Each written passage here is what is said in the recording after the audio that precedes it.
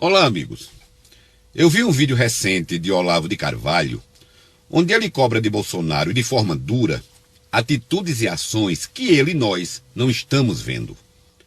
Em nenhum momento o governo responde com os instrumentos legítimos que possui aos ataques infindáveis dos que querem nos destruir, a não ser, claro, através de batalhas infantis nas redes sociais.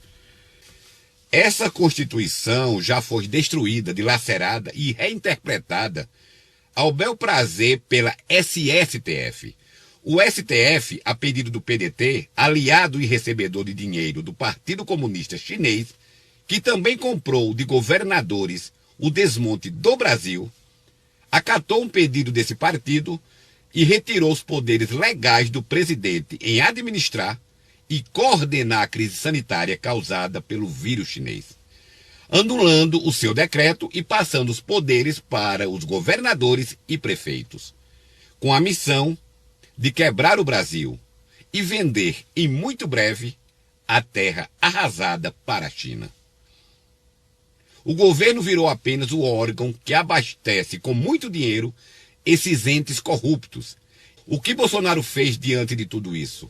Aceitou. O STF proibiu Bolsonaro de nomear ramagem para a diretoria da Polícia Federal, ato administrativo, legítimo e constitucional do presidente. O que Bolsonaro fez? Acatou. O STF ordenou que o governo entregasse as filmagens de uma reunião fechada de Estado. O que Bolsonaro fez? Entregou. O STF, de forma ilegal, inconstitucional e totalitária, mandou a Polícia Federal na casa de apoiadores do presidente às 6 horas da manhã confiscar computadores e celulares, como se fossem bandidos. O que Bolsonaro fez? Uma notinha no Twitter.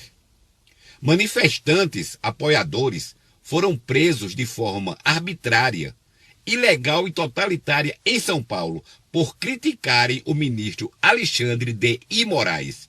E o que Bolsonaro fez? Nova nota no Twitter. Cacete! Quem de dentro do governo está aprisionando Bolsonaro? Que bosta de conselhos ele está ouvindo? E de quem? No mínimo, isso vem do AGU, do ministro da Justiça, o terrivelmente evangélico, e de alguns generalescos.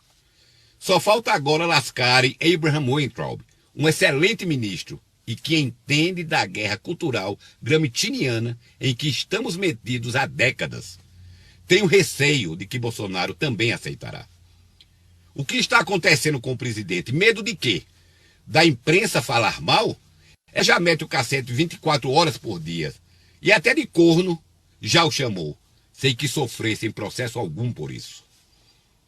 A toda hora, Bolsonaro é chamado de nazista, fascista e nada acontece. Um ministro do STF esculhamba Bolsonaro nas redes sociais e nada. Rodrigo Maia esculhamba e nada. Alcolumbre esculhamba e nada. Estão rindo da impotência do presidente e de todos nós. É de lascar. Bolsonaro virou uma rainha que não governa. Eu não posso fazer nada, a não ser protestar. E mesmo assim, correndo o risco de ser preso e apenas ler no dia seguinte um Twitter de Bolsonaro de repúdio. Não podemos estar nas ruas o tempo todo em apoio a um presidente que tem os mecanismos de luta. Porém, está estático. Haja presidente. Nós elegemos Bolsonaro e demos a ele os meios de ação. Nós não exercemos diretamente esses meios. Do início da pandemia e até abril, 600 mil empresas faliram e 10 milhões de brasileiros foram demitidos. São milhares de famílias em sofrimento. O que Bolsonaro faz? Espera. Esperar pelo quê, cacete? Eles vão tentar calar nossas vozes no próximo golpe legal do Congresso, junto com o STF. E o Brasil, Bolsonaro e nós, estaremos lascados. Eu continuo apoiando 100% o presidente por ainda enxergar nele a única barreira entre mim e o comunismo. Porém, não me permito a ausência da crítica. Uma coisa está nítida. Ele não está sendo, nesse momento, e nem de longe, aquele em quem eu votei. pelo qual trabalhei, sendo chamado junto com o meu grupo de louco, e ajudei a eleger. Ele está inerte, passivo, idiotamente ou talvez inocentemente passivo. Algo está acontecendo e não sei o que é.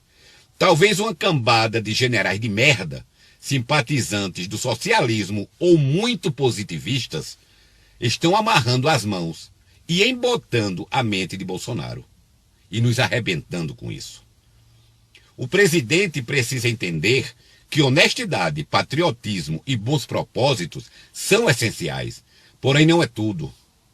Sabem o que está prestes a acontecer, pessoal? Vão tentar caçar a chapa no TSE de forma ilegal para que os donos do poder retornem. Só que agora, raivosos e querendo sangue e vingança.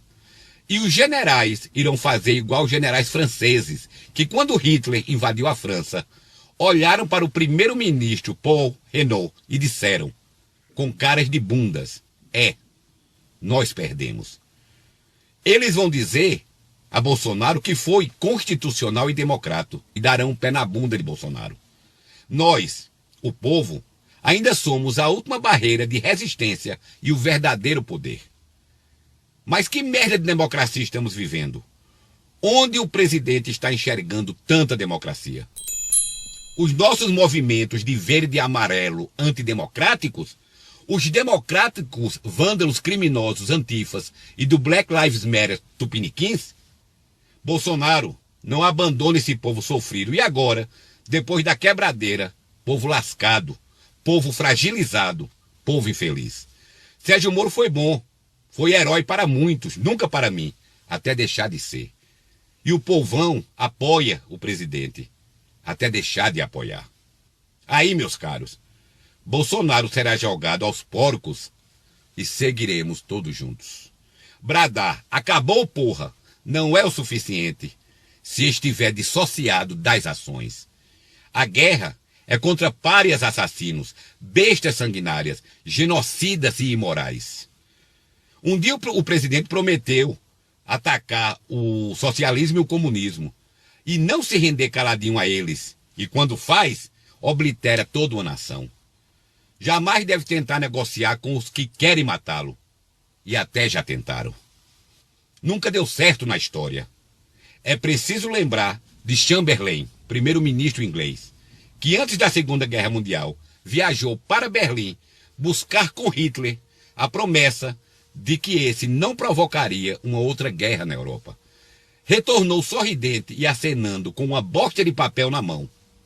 Pouco tempo depois, Hitler invadiu a Polônia.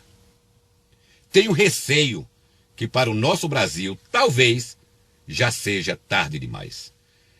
Acredito que Olavo tem razão e não foi por culpa do povo. Eu, Bolsonaro, não quero que meus filhos e netos perguntem no futuro por que deixei que o meu país fosse destruído e pervertido e não fiz nada.